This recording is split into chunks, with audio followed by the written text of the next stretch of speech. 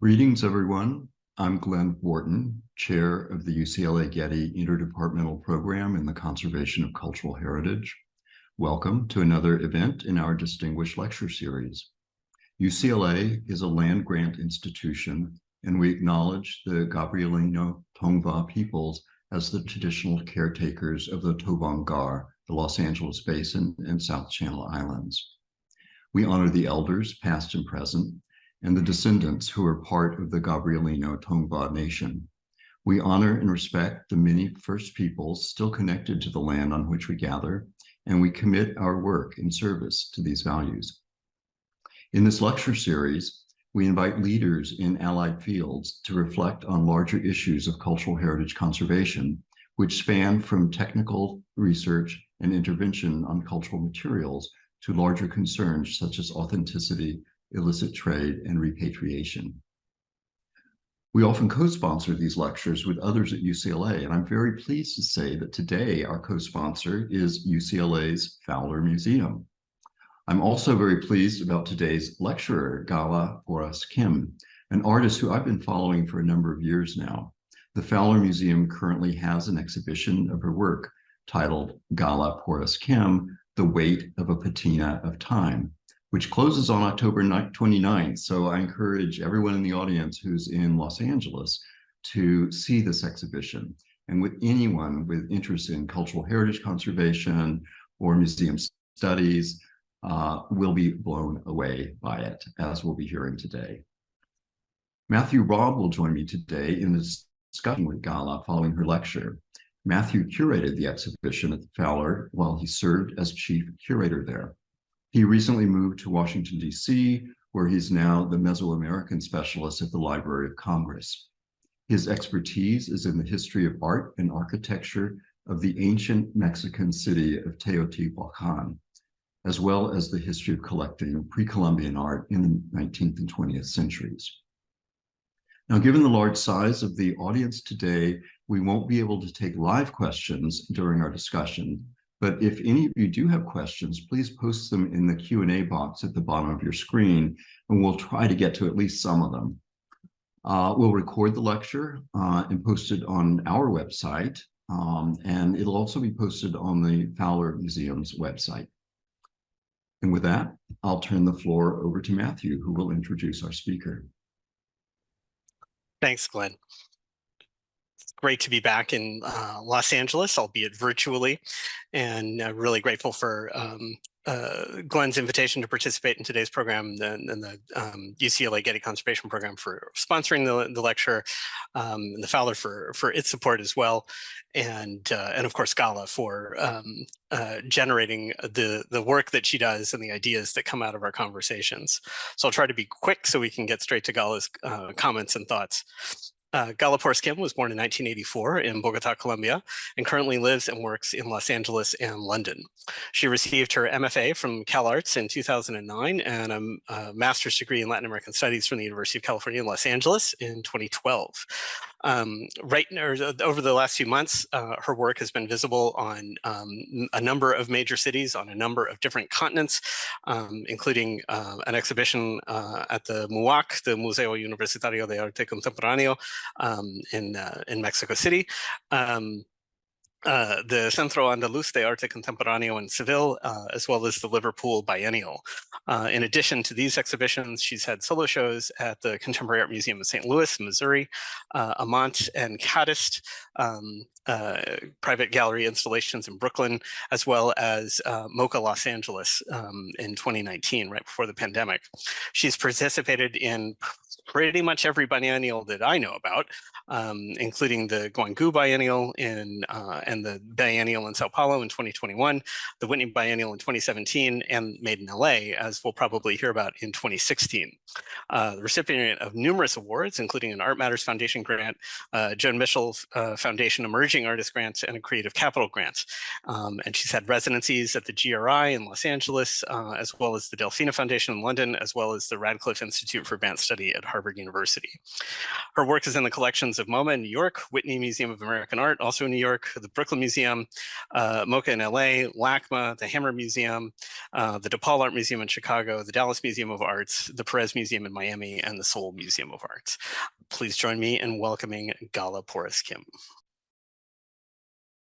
Hello, everybody. Thanks for inviting me to talk today.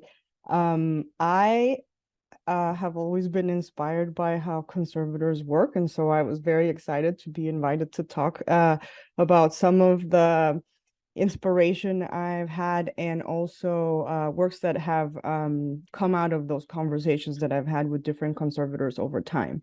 So I'm going to just share my screen and we can just begin. Let me see. Share here. Great.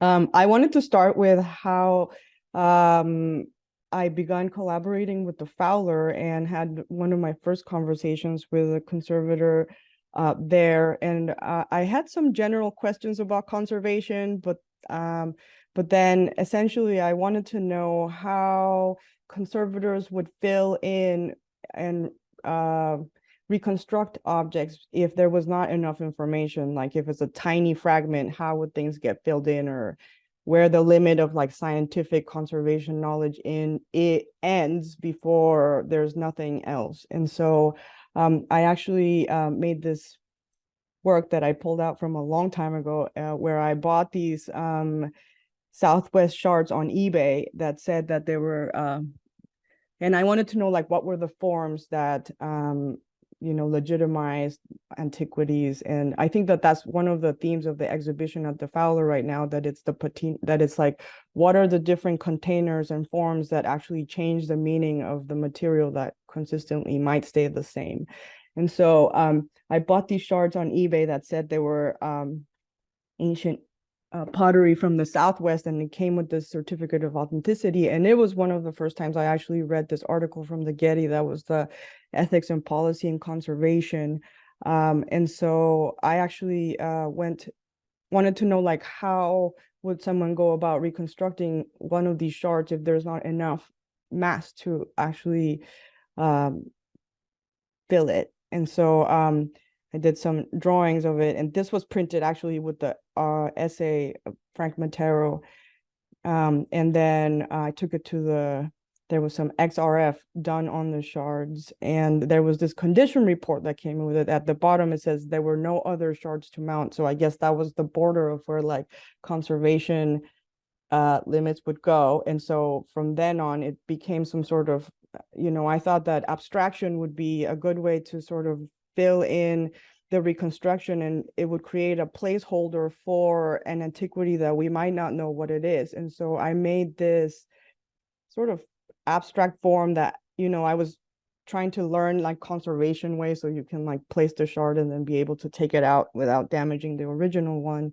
And so I made this reconstruction abstraction, which then I donated it to the Hammer. And so I was interested in how it was a reconstruction until the Hammer, which only holds antiquities, that only holds contemporary art, accessioned it into the collection. And by accessioning it, it would like make this antiquity all of a sudden become a contemporary work of art. And so I was thinking like, oh, depending on which building this object is, and depending which form and which pedestal it is, it can be either like an antiquity, a reconstruction, or a contemporary work, And so I did this work, and so I started thinking a lot about, abstraction and how all of these unknowns exist in pretty much many collections. And so when I was invited to do the Made in LA in 2016, I made this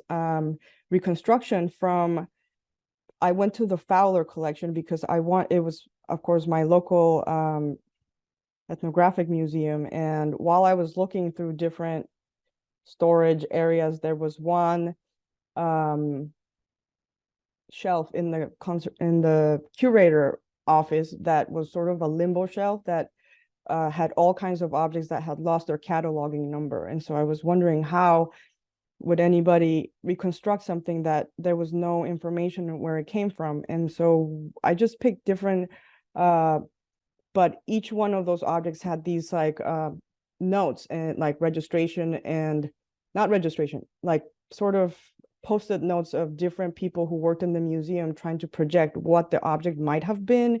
And so, and then the notes would edit each other out. And so I thought it was an interesting picture of how history in general, over a wider span of time, does the same thing, but I could see it all happening in these post-it notes that were edited. And so one of the reconstructions that I made was based on these like trash bits that were in a Ziploc bag. And so there was a note that said that it belonged to a ceramic. And so I think the collections manager told me that there was this collector who at some point had the ceramic in his house that he put all of this like trash bits in it, you know, like a tchotchke bowl or something. And then he donated that bowl to the museum with the stuff inside of it. And so it got registered as the ceramic and the things inside of it as one object. Then the ceramic sort of disappeared and there was only the Ziploc bag that said belonging to a ceramic. And so based on this note, I made this reconstruction that is essentially this triptych where the original objects are on display and then the ceramic is just an abstraction that holds the actual objects within it, and then the drawing, which is a record of how they would have belonged together at some point based on the information that we have. I wanted to show another one that is not in the show just because it's one of my favorites. This one is it has a note that says 2 rocks found on shelf, doorstop ? And so I think that it could have been one of the doorstops of the office that somehow got placed in the shelf, and then all of a sudden it became an antiquity. And so I made a reconstruction of it, making this doorstop and actually drawing how it would have worked if it was an actual, if it could work as a way to, you know, contemporary doorstop or something, no? But through conversations with different conservators, you know, I do have a lot of conservator friends that I talk to and that give me like really random information. And one of the questions that I've had has always been about the, you know, the subjectivity of a conservator, as well as their like own aesthetic sensibilities when they're trying to like inherently intervene into a material object. And so I was thinking like there must be a conservator who's like following this very scientific thing that is like there's no subjectivity, we're just trying to lay things down, but inherently there are choices like side effect that get made in the process of, you know, preserving something or restoring it or erasing it or cleaning, etc. And so I was thinking about I was looking through my archive of like pictures and that friends have sent me, and of ones where the conservation actually upstages the original work. And, you know, I have a friend who sent me these pictures from Santa Maria della Novella, where this like fresco has been conserved so you can see the multiple layers, but then, you know, like the actual display is more interesting than the image somehow. And so to me, I was like, oh, well, somehow these like new methodologies of conservation actually, to me, become upstage the original work. I was actually thinking about during COVID, the Matisse's Red Studio video that MoMA put out, and I had never seen Matisse Red Studio in real life, and so the first time I saw it was in this video where they were showing like under layers of that painting, and I was like, I cannot unsee now the stripes that exist below the red paint that Matisse wanted that work to be. And in a way, I wondered if I ever saw that painting in real life, that if I'd be able to actually see it how Matisse actually wanted it to be seen without the underlayer. And so another collection that I have is like having to do a lot with fabric fragments. And so I have a collection of these like V&A fabric fragments that have been, you know, placed down into a backing to conserve them. And so I thought that there were some very beautiful compositions in the way that these fragments have been laid out. And I was like, there must be someone who's making like really like, yeah, this is like a whole display, you know? And so I do collect these a lot. And when and then I thought, how would an original be made from these existing fragments? If someone is actually sticking them down into a backing, then they are making a brand new object of the fragment plus the backing together. And so I started making these reconstructions based on the layout. And so, for example, with this for Paracas textile fragments at the British Museum, they've been laid out in this pattern on the backing. And so the reconstruction that I've made is just the pattern sort of repeating how they're laid out by the conservator. So as a potential original based on the actual information of how these fragments exist today. And then I dug up a really beautiful one that's like this Coptic fragments at the Met. And so this is like, you know, studio shot with my dog in it, but it's just a repeat of them following the pattern that someone had laid out.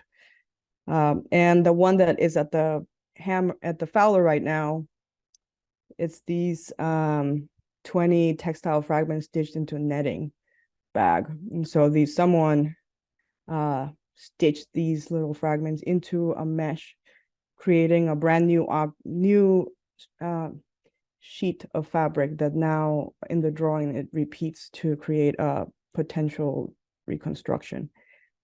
So that was so one of the questions that was about, you know, like how to respond to this like subjective aesthetic decisions that inherently are there. But one of the more recent questions that I've been having is dealing with you know, objects in a collection that have a function that in the past they had a function that was never supposed to end. So either like its spiritual life was supposed to be ongoing forever, or like it's a ritual object that is supposed to be for the afterlife, so the thing was never stopped.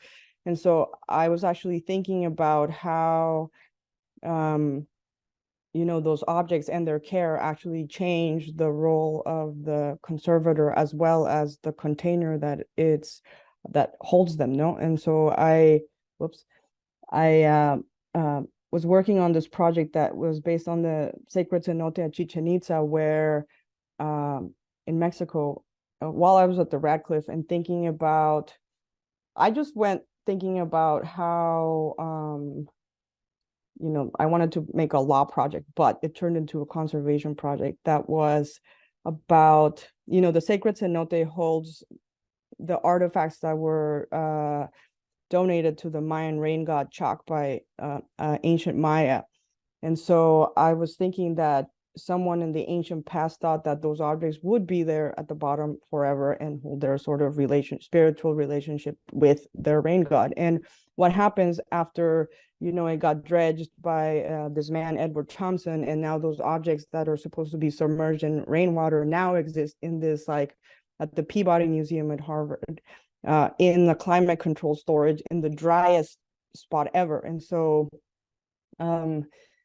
I made a installation that was trying to figure out how there could be a reunion between that material and the rain, which is still around, and somehow there could be a compromise between keeping these objects in the collection as well as maintaining their spiritual function that they might have with the rain. And so during COVID, actually, I asked the museum to collect dust from the storage of where those objects were made, because again, I was thinking about, like, what is the smallest fragment of an object that constitutes a whole? You know, if a little dust particle comes off of the object, then it's also part of the, you know, like, material. Is like, is one particle enough to still donate to the rain god and things fall off all the time?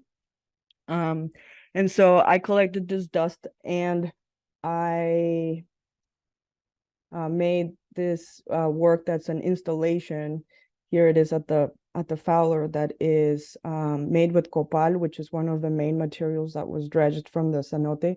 It's a tree sap. Yeah, it's like a tree sap, but it's also a binder. And so in a sense, I thought that the while I was reading letters, I went to the Radcliffe and read letters, correspondence between Thompson, the man who dredged, and the director of the Peabody at the time. And, Thompson is like, oh, well, as soon as I take them out of the cenote, they're falling apart. And so the director of the Peabody is teaching Thompson light conservation, where he's putting binder in the object. And so because it had been submerged and preserved, it had been preserved because it had been submerged underwater for so long. And as soon as it start coming into contact with air, it starts falling apart. And so the director is like, well, you can keep them in these jars of water until they get to the museum, and then we can, like, in the future, we'll figure out how to conserve them, or you can, like, put this binder to hold it together. And so I was thinking that this installation would be, no, I was thinking that the objects in the storage right now are, particles being held together by conservation glue. And this object would be particles being held together by this ritual glue at the same time. And each museum that shows this installation has to come up with a way to put rainwater onto it. So then in a way it becomes this ritual object that the institution, as being the entity that is keeping those two things apart, the rain and its objects, would be in charge of figuring out how to put them together. And so this is the way that they made it at the Fowler, which is this shape, which they made up. And I think every month or so, they're putting rainwater on the surface. And so it has some bevels and stuff to keep the water from falling. Other iterations of this work are like Sao Paulo Biennial, where they remade a Hans Hacker condensation cube and then put the thing on it so it would just get rewatered by the rain. In New York, they made this installation where the water was inserted into the ceiling, so then the water was dripping like rain onto the object, which actually freaked out a lot of the public because they were like, oh my God, the sculpture is getting wet. And other ways. Oh, so this is the way that it was shown at the Radcliffe, which I thought was one of the most special moments for me, because I heard from the curator of the show that the conservator who was in charge of actually keeping the actual objects dry in the collection came and actually sprinkled this installation with the rainwater that they collected. And this one is in Mexico, how it was shown at the MUAC. I also was thinking, like, it's for other examples in which someone in the past left really good conservation notes for something in the present. And I, by default, now that I'm living in England, with the British Museum, they have this like incredibly large collection of Egyptian Ka sculptures, which are, besides the mummies, mummified people, they have these Ka sculptures that in the past someone thought that they would be vessels for their soul to come back to. And so I was thinking, like, okay, if we take their word for it, then these objects are not only just sculptures, but they're like spiritual objects for a person's spirit to come back into. And so what is their circumstance? What is their condition in the collection and display now? And how does that sort of ripple out into conservation notes? Because, of course, ancient Egyptians, as we know, left very detailed conservation notes about their infinite future afterlife, And so I made these works about Nankivka. One is called Sights Beyond the Grave, which is vitrine wrap. And so this is a drawing of Valley of the Elephants, which is an even older museum. It's the museum that would have been there when Nankivka was alive. And so it's a wrap for his vitrine, so he can actually have some privacy. You can see the vitrine here. And this thing where the red lines wraps around it, so he can look at the museum since he has been looked at for so long. And then also another of the directions that they've left is that they want their names to be spoken. And so I made this work called Roll Call that is looking through the collection and finding all the Ka sculptures that are in the museum. And it's just a sound piece that calls out all of the names of those Ka sculptures. But I was, through these works, I was actually thinking about my own works in the future and how I wanted them to sort of, I wanted to make works on purpose that would like consider all of these questions and roles that the museum might have in my own work.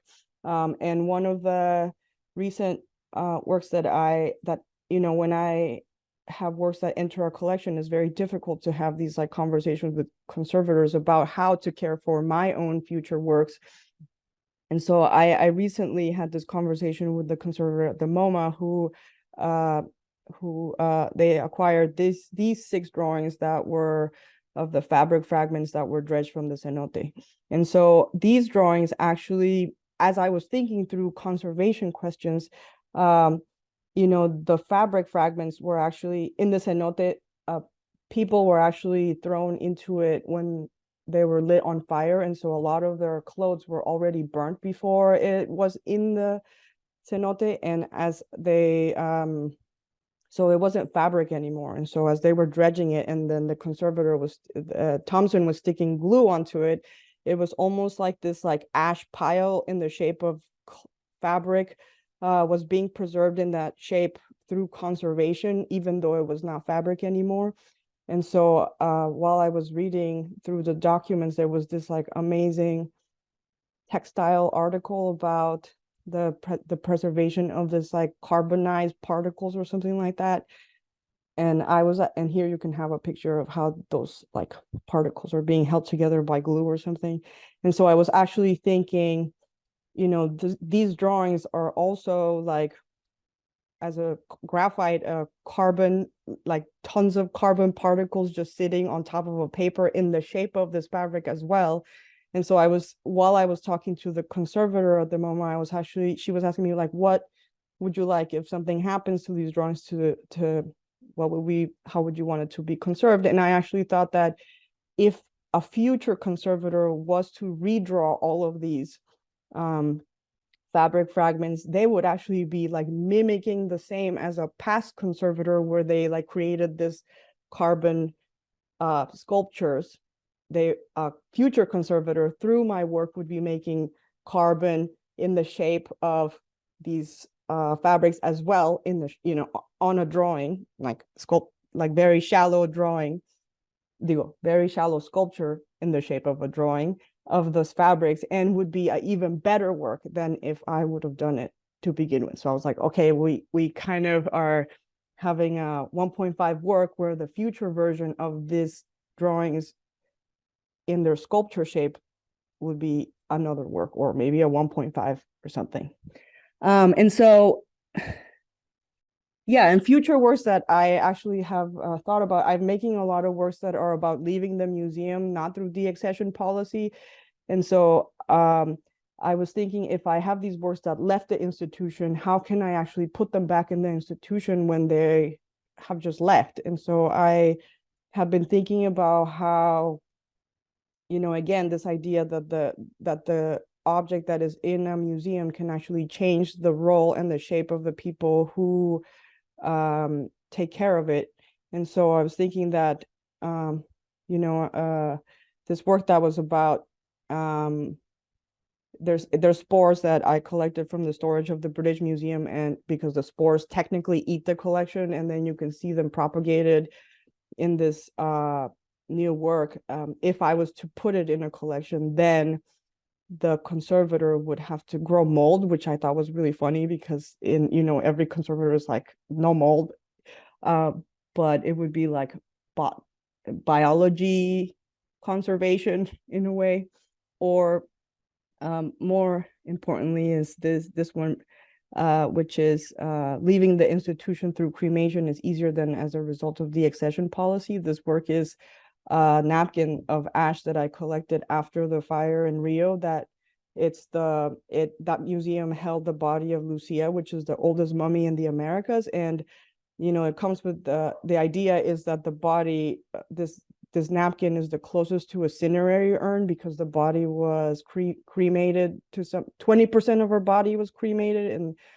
And so in a way, if this were, you know, it left the museum through cremation, and if I was to put it back into a collection, it would have to come with conservation notes that would be treated as a body, not as a artwork alone.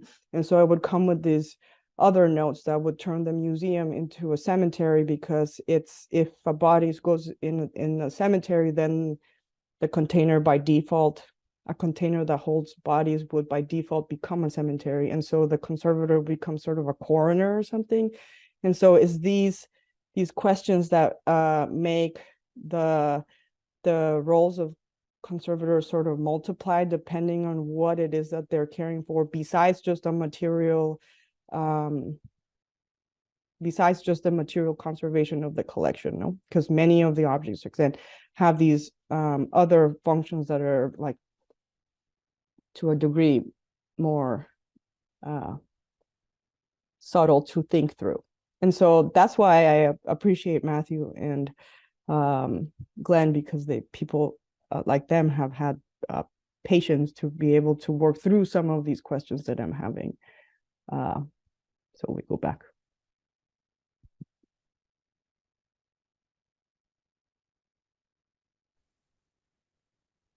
Wow.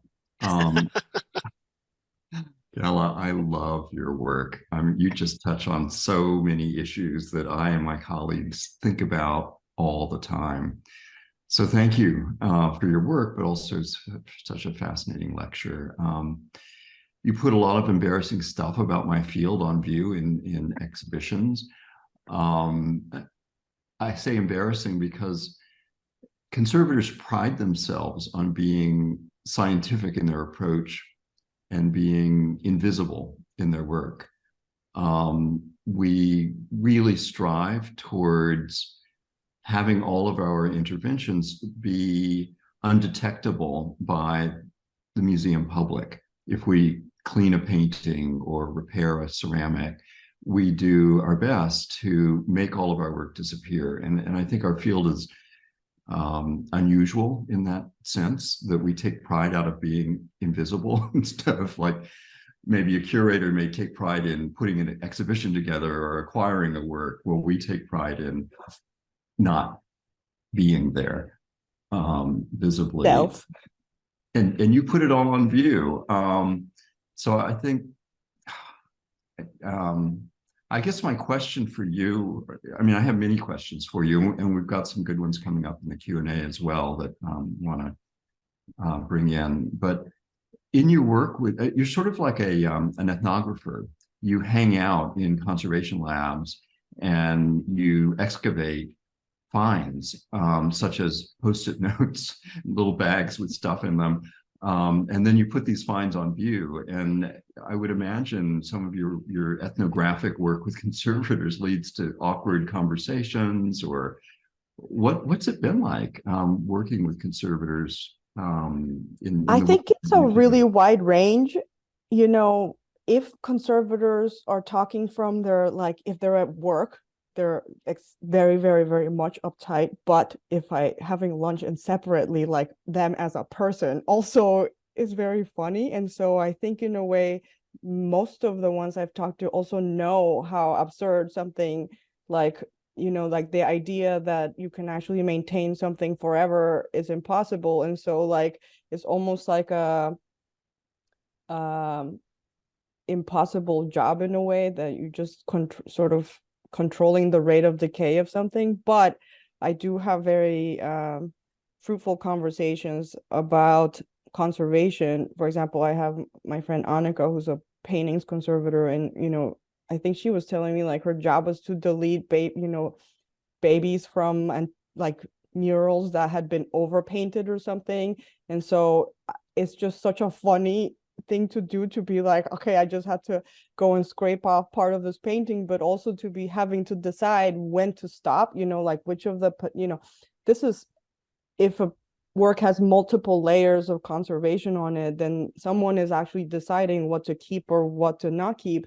And so also like, what was the other people who've been like, oh, but we have to clean this work, but it still has to be like old looking, even though we could actually clean it to make it look like it originally was, because the display has to give the aura of aging or something. And so in a way, it's not that it's so scientific, but there's these like choices that people are making to like not, if the capability is to be able to clean it fully, then which version do people pick? No. And so I think that looking at how the methodology of conservation has changed over time, you look at like really old conservation and it's really like you would never do that anymore. And so when you see like objects that come from the same time, for example, in the Chichen works, I found all of these ceramics that had been conserved at different times, and one was like full rendered, so it looks like very clean, like a singular object, and then the second one was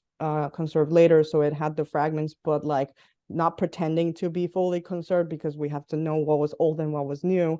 And then the most recent one, which is just like stabilizing the pot and then just like the fragments sort of hanging out. And so I was thinking like, what do we actually have here but 3 different objects now, because there has been 3 different type of interventions on it. And so in a way, since a conservator is the only person besides an author who actually physically intervenes in the material of an original object, it becomes a collaboration to some degree, like we're both, as an author and a conservator, you're both giving something and losing something. Like as an author, you're trusting that someone will make some sort of like, what would the author want or whatever decision, and be open to like infinite amounts of change depending on whoever gets it.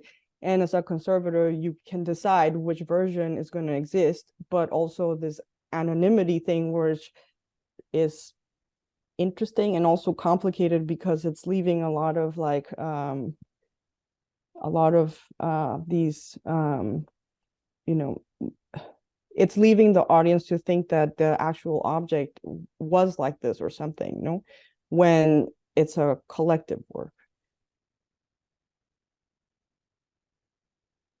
No, I I love that idea of the now I have this whole other trajectory to sort of think about, that you were just describing, and the ways in which you're sort of like the way you were talking with about the works that are now at MoMA, that you're sort of turning the conservator of the future into a sculptor, and turning a conservator of a mold-based work into kind of like a biologist.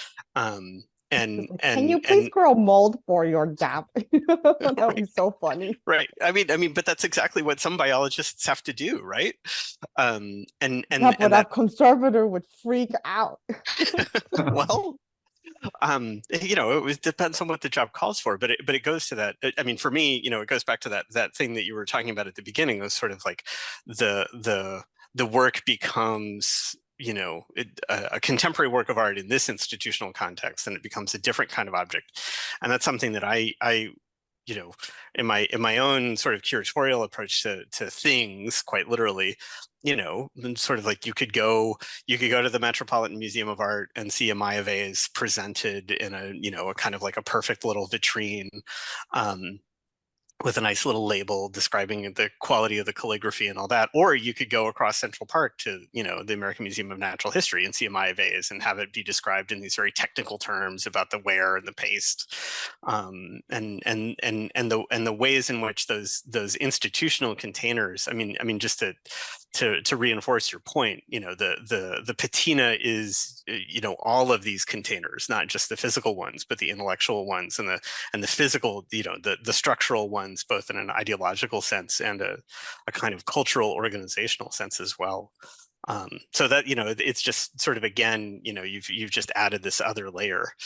Yeah, because one of the things that I was thinking about, like through these, like, in the history of an object, it changes functions and it changes like all of these lives that it has had. And so we only see like the last version where it's like a historical one. And so it becomes a sort of like a taxonomy question, like which one of all of these versions are we going to highlight at the time? And of course, each one of those individual like histories has their own conservation notes or a procedure or whatever. And so I was actually thinking like, just because you highlight the current one in museums doesn't mean that the other ones actually go away. And so in a sense, the methodology of conservation in institutions, because it's so scientific and a material one per se, it only allows for a historical one. And so it's not that, you can as a conservator, have the capability of preserving every single layer of that patina, but in a way to even recognize it to begin with, you can actually go and find someone. I think that one of the, I actually was trying to find a picture of it, but one of the works that I thought a lot about is this maize god sculpture that is at the Museum of the American Indian, that is supposed to be fed. And so now it's actually a conservator's job to feed it corn. And so I was thinking like, there's a conservator who's like in their mind is like, do not put acid on this sculpture, but they're suspending some of their like contemporary methods to be able to like also care for this other layer that is also around and might be actually more important at some points, not that it has to like stay in one or the other, maybe like once every 100 years it will be fed, or maybe 1,000 years or something. But even to put it in the mind of someone who's caring for that object, that it does have to be fed. It's a giant step. In defense of my field, I'd like to just say that we've come a long way from this belief that we had that there was a single meaning embedded in an object, and it was our job to identify what that meaning is and conserve it to the point where the public could read that one meaning or select one over another. And I think we realize now as a field that there are multiple meanings embedded in objects that have evolved over time and place, and that we are adding meaning as well. So I'd say many of us are now struggling with that realization, like, oh, we actually are subjective, and we are adding a conservation patina, in your terms, to these objects. And I think that, so we're struggling. Well, what do we do about that? How can we exhibit multiple pasts of an object and including, our own? So maybe we should be telling the people about, what we did to the object. So how do we do that with this realization? And I think one of the roles that you're playing as an artist with your creative interventions and really taking it to, to new places where a conservator probably would never dare to go, with your kind of interpretations and reconstructions of objects. So I just see your work is allowing us to broaden the way that we can think about what we do. Yeah, I think that in the end, it feels like really parallel to like archaeology. I talked to a lot of archaeology's colleagues who like definitely feel that excavating these ancient, holy sites, somehow they get sucked into this like ancient timeline that now includes the present. So if it was like I had a colleague who like excavated like a gravesite that had obviously been prepared like through some ritual, and then she actually told me that like when she was dealing with the body, she actually felt like she was getting sucked into that ritual on the other side because someone had put it on there as that. And so how to live this multi-layered life where you are aware that there's not just materials, I actually thought what I went to, what is that place called? Veneria Reale, at the conservation place in Italy, and they had this room where they had like, you know, like Buddhas from like the Museum of Oriental Art, and then they had like mummies from the museum, the Egyptian museum, and they had all of these like Catholic altar pieces that all had to be preserved because they had wood elements. And so it was a wood, you know, person who was like wood overall, but then I was like, all of these things have their own very specific like ways of being, you know, interacting with like people's ritual beliefs that, you know, this person might not actually know, like, can you actually touch it this way or not touch it this way? And I actually like thinking about when I was looking through the thinking about the mummified people at the British Museum, that conservation actually to some degree aligns with what that ancient person wanted. You know, they wanted to be preserved super well, and so now there's like literally a conservator being like climate controlled protection. So it's just in a way just recognizing that that conservator is actually part of the ritual of preserving that person, you know, so they can their spirit can actually return to the physical shape, you know. And so yeah, it was just really interesting, because even thinking about the Ka sculptures, which was even one step separate, I was thinking like, oh well, if that's supposed to be the container of a person now, then conservation becomes sort of conserving those Ka sculptures would become an extension of like biology or like medicine or something, where if like the foot of Nenkefka fell off, like would a conservator be able to carve a foot to give this person spirit a foot shape, you know, instead of like just a block or something? Or like, can, you know, would it be like, I don't know, give them plastic surgery or something by giving them a facelift, you know? But in a sense, it would be, um, I, I probably think that many conservators do think about all of these things during all of the time that they're dealing with all of these objects, you know? Yeah, and we're also aware of the political context that we work in. So we're not just adding aesthetic meaning to these objects, but we're narrating the past through our interventions and reconstructing, and we're telling stories. And I, you know, sometimes I use this phrase, the patina is political, or the conservation patina is political.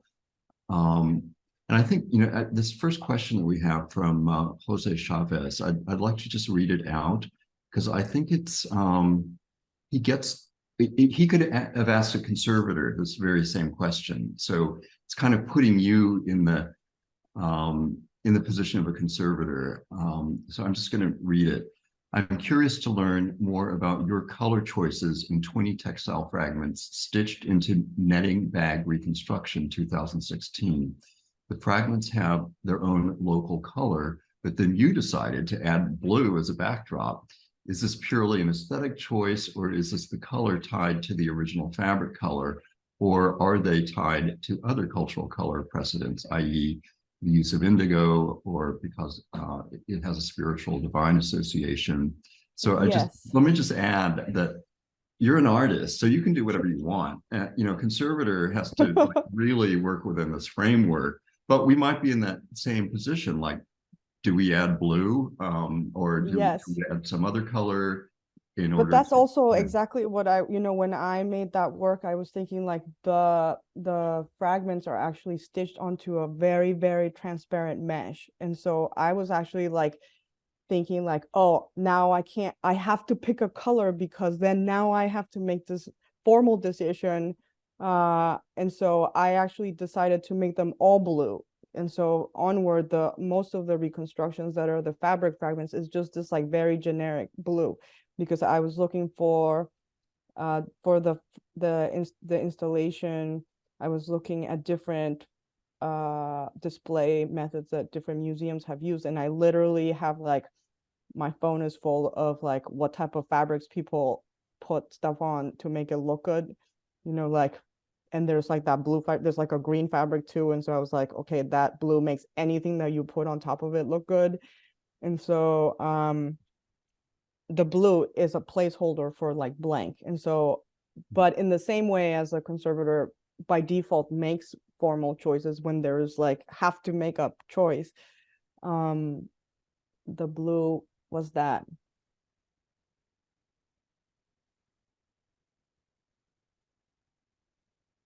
Hey, I'm scrolling through. We're getting a lot of questions now. I'm scrolling through some of them. Well, I think Ellen Pearlstein has asked a good one. Yeah. So Ellen's question for you, Gala, is: has your work ever been conserved? And what was that like for you to be on the other side? Yes, it has actually, and it's very weird because actually one of the works that I made that is in the Lackmore collection is just like tons of little rocks that are stuck in like nails and in a closed box. One of the rocks fell off, and so I actually got an email about conserving it, and I was like, I literally have the glue that I used in my studio still. I can come by, like do it in 5 minutes or no problem. No, and I'm sorry, whatever, no. And then they were like, you can't, because we have to actually conserve it, because now that it's in a museum, I can't touch it anymore. And so it was just this really interesting thing where I was like, I can just tell them is that glue or whatever. But I actually in the thinking about again my future works, I was actually thinking now that art education doesn't have any like really technical schooling, like we don't learn how to make things chemically or physically at all anymore in school, that a conservator would actually know how to make these better than I would know, because they're like, oh, if you use this glue, then it's going to be good forever. And then I would just be like, I wish I would have known from the beginning through conversation. I was like, why didn't we just have like glue class in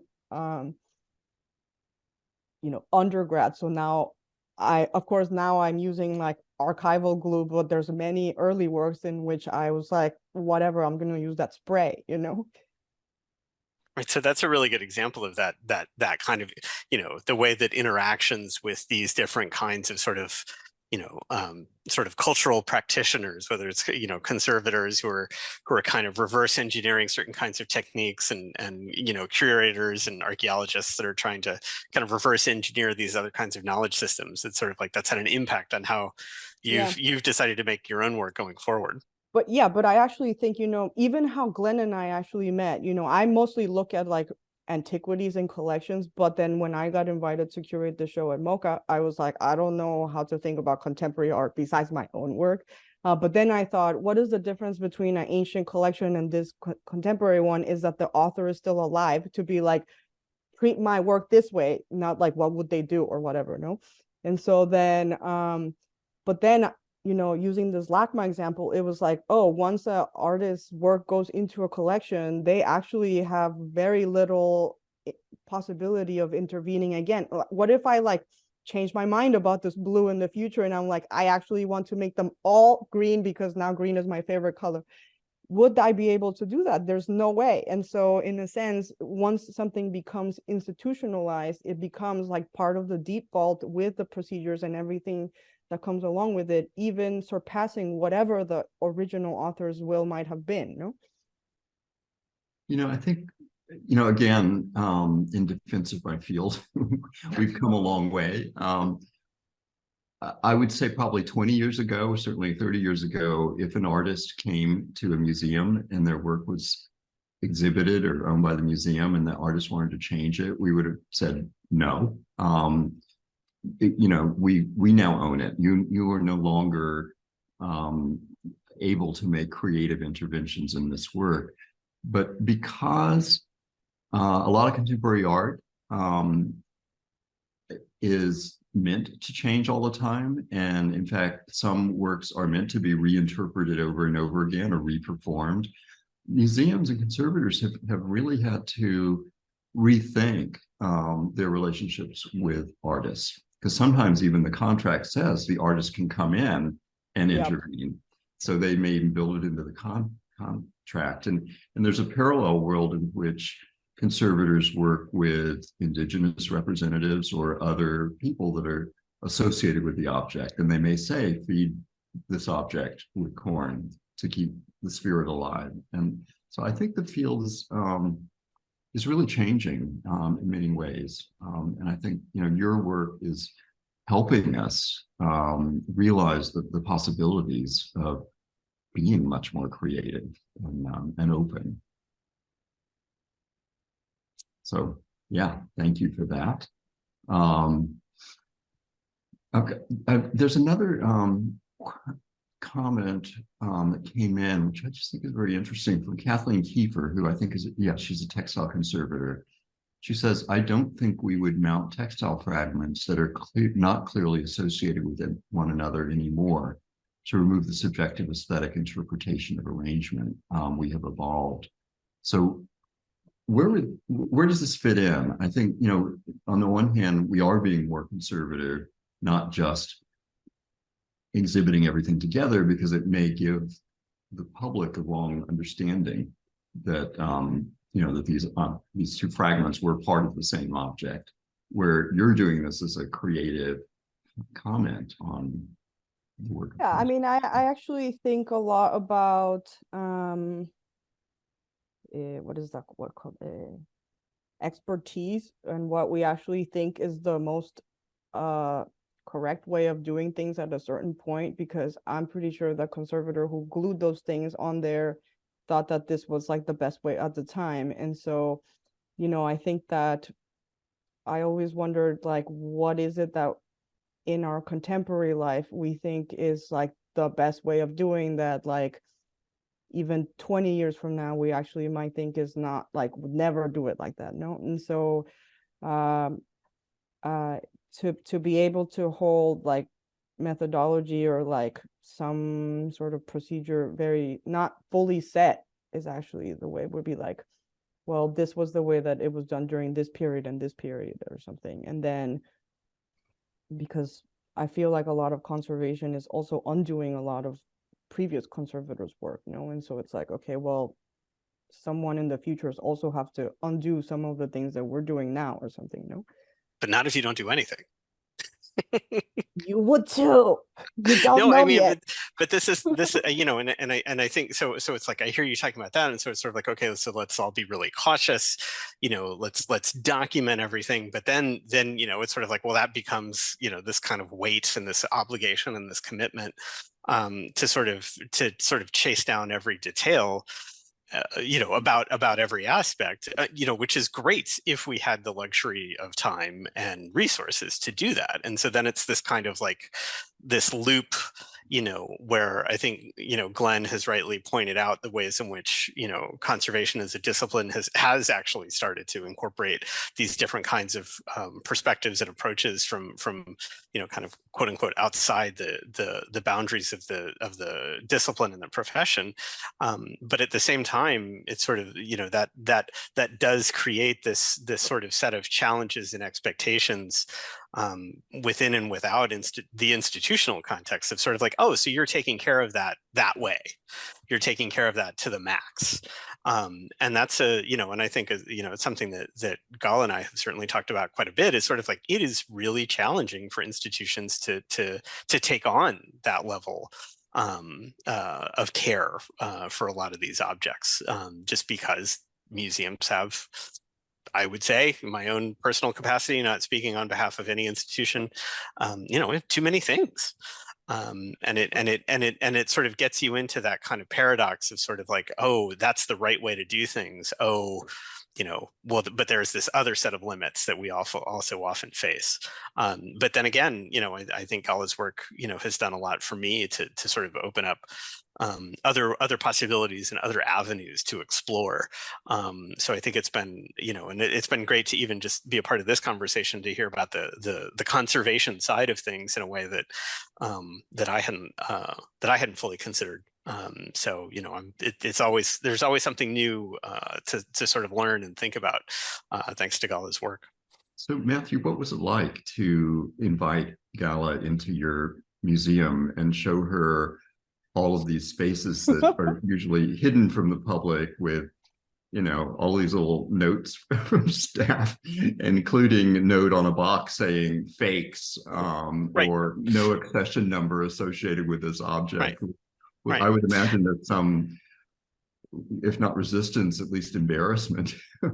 Oh, sure. You know, and I think that, and I think it's one of those things where it's like there, like again, it's this kind of paradox of observation, where it's sort of like, because Gala, in her capacity as a contemporary artist, has focused attention on a certain, you know, a certain box or a certain object, that then does kind of encumber the institution to pay attention to those things too. At least in the case of the fakes, it was sort of like, well, I was interested in those as well, like what does it mean, you know, to put a bunch of objects very carefully, you know, very carefully wrapped in tissue paper and plastic bags, but then to put them in a cardboard box and then to meticulously list them on the outside to just so you know what's inside the box, no secrets, but then to just, you know, just say fake, you know, and some of that information got transferred into, you know, the museum's database, some didn't. Again, that just goes to that quantity of objects that many museums are responsible for caring for. But I mean, what I remember the most is just sort of like going through those boxes and being sort of like, literally, I had never seen anything like the objects that are in the exhibition and the installation there, you know, the contents of box 2 and box 5. There's so many of these objects that they're just sort of, I had no framework to really put them in, other than, you know, the sort of strictly chronological. And so that got us into these different kinds of conversations, sort of like, what are these objects doing? Who are they for? Like, are they fakes? Who decided they were fakes? And just sort of asking all of those questions and trying to figure out how to answer them was just really, really engaging. Well, we should probably wrap up, but maybe just a final comment from Gala about your experience working as kind of an ethnographer at the Fowler Museum, where you know, ethnographers are taught to be, you know, very sensitive, to listen, to try to not, you know, I don't know, what is it like for you to go into a museum as kind of an artist ethnographer? I think I try to, it's becoming increasingly more scary, because when I didn't know many of the methodologies, it was easier to find like the ridiculous parts about it. But now that I like, oh, now I know more about registration, or now I know more about conservation, and so it's becoming a little bit harder to recognize. Not that it becomes impossible to recognize, but in a way, as I have worked with many institutions, it's like, you know, I have found a lot more empathy for the people who work with it, because many of the, you know, people who work in institution, whether it's a registrar or conservator or curator, have this like impossible task that people are still really earnestly trying to do. But in a way, I was thinking like, oh, the public would also want to know, you know, as the, you know, day-to-day things, the way that is presented to the public is as like, we know the answers, and this is like really technologically advanced, whatever, or like this is a very specific, this invisible thing that you were talking about, Glenn, where like people behind the scenes like sort of disappear, but it also is all kind of very theatrical in a way. And I think somehow the director's cut is also interesting, you know, like those objects also function not only in a historical past that we can't access, but also they're contemporary materials that people are trying to understand their past with, and being able to see like, even not, I don't necessarily think that they're like mistakes or failures in each one, is more like, oh, how are people actually trying to represent history, whether it's, you know, a history that we actually cannot actually access, or that we can't actually preserve forever. And so that's actually for me more beautiful than just trying to understand how ancient civilizations might have been independently of that, no? Wow, we could go on easily, but I am afraid that we're going to have to wrap up. So Gala, we will all be attentive to future work that you do. It's just so engaging, so wonderful. So thank you so much, and thank you to Matthew as well. Thanks, everybody. It was great questions.